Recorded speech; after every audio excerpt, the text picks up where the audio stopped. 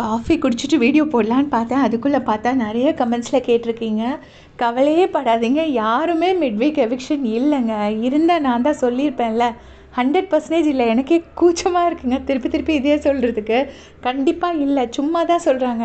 என்கிட்ட நிறைய பேர் கமெண்ட்ஸில் கேட்டிருக்கீங்க, யாருமே மிட்வீக் எவிக்ஷன் இல்லை.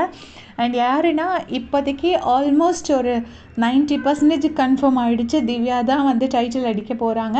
அண்ட் செகண்ட் பிளேஸ் வந்து சபரி.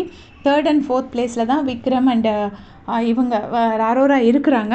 பட் நீங்கள் நம்பினாலும் நம்பலைனாலும் அதான் நெசம்னு சொல்லுவாங்கள்ல, அந்த மாதிரி அரோராவை மேலே புஷ் பண்ணுறதுக்கு ரொம்பவே வந்து விஜய் சேதுபதி சார் ட்ரை பண்ணிகிட்ருக்காரு. ஸோ அவர் வந்து அரோராவை வின்னர் ஆக்கணும்னு சொல்வாரா, ரன்னர் ஆக்கணும்னு சொல்வாரா, இல்லை அவங்களோட ஓட்டிங் படி பிரகாரமே இருக்க வைப்பாராங்கிறது நமக்கு தெரியாது. அது விஜய் சேதுபதி சார் வந்து முடிவெடுத்ததுக்கப்புறமா தான் தெரியும். இப்போ வரைக்கும் ஓட்டிங் வைஸ் டாப் 2 பிளேசஸ் வந்து திவ்யா அண்ட் சபரி தான். ஃபஸ்ட் பிளேஸில் திவ்யா இருக்காங்க, செகண்ட் பிளேஸில் சபரி இருக்காங்க. இந்த அரோராவுக்கு என்ன இது பண்ண போகிறாங்கங்கிறத விஜய் சேதுபதி சார் இந்த முடிவு பண்ணால் தான் தெரியும். 100% அவருக்கு சப்போர்ட் இருக்குது. என்கிட்ட நான் ஏற்கனவே இதை நான் சொல்லும்போது யாருமே அதை பிலீவ் பண்ணல. எல்லோரும் கேட்டிங்க, அப்போ யார் வின் பண்ணாலும் விஜய் சேதுபதி சார் சப்போர்ட்டில் தான் வின் பண்ணுறாங்கன்னு சொல்லுவீங்களான்னா அப்படி கிடையாது. ஓட்டிங் படி இருக்கிறவங்க வின் பண்ணும்போது நம்ம வந்து சப்போர்ட்டில் வின் பண்ணாங்கன்னு யாருமே சொல்ல மாட்டாங்க. ஓட்டில் லாஸ்ட்டில் இருக்கிறவங்க வந்து மேலே வரும்போது அது கண்டிப்பாக விஜய் சேதுபதி சாரோட சப்போர்ட் தான். ஓட்டிங் படி லாஸ்ட்டில் இருக்கிறது அரோரா தான்.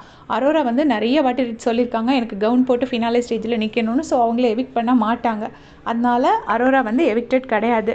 நான் இது கடைசி அப்டேட் பண்ணுறேன்னு நினைக்கிறேன். மிட்வீக் எவிக்ஷன் பற்றி எவிக்டட் கிடையாது. அண்ட் ஹவுஸ்மேட்ஸ் எல்லாம் எப்போ போவாங்க அப்படின்னு பார்த்தீங்கன்னா, இன்றைக்கி நைட்டு கிளம்பி போவாங்க. அது வந்து நமக்கு நாளைக்கு மோஸ்ட்லி டெலிகாஸ்ட் ஆகும்னு நினைக்கிறேன். இன்றைக்கி நைட்டுனா இன்றைக்கி வந்து இவிபி செட்டில் கிளம்புவாங்க. இன்றைக்கி கிளம்புறாங்கன்னா நமக்கு நாளைக்கு டெலிகாஸ்ட் ஆகும், சாட்டர்டே எபிசோட்ஸில் டெலிகாஸ்ட் ஆகும்.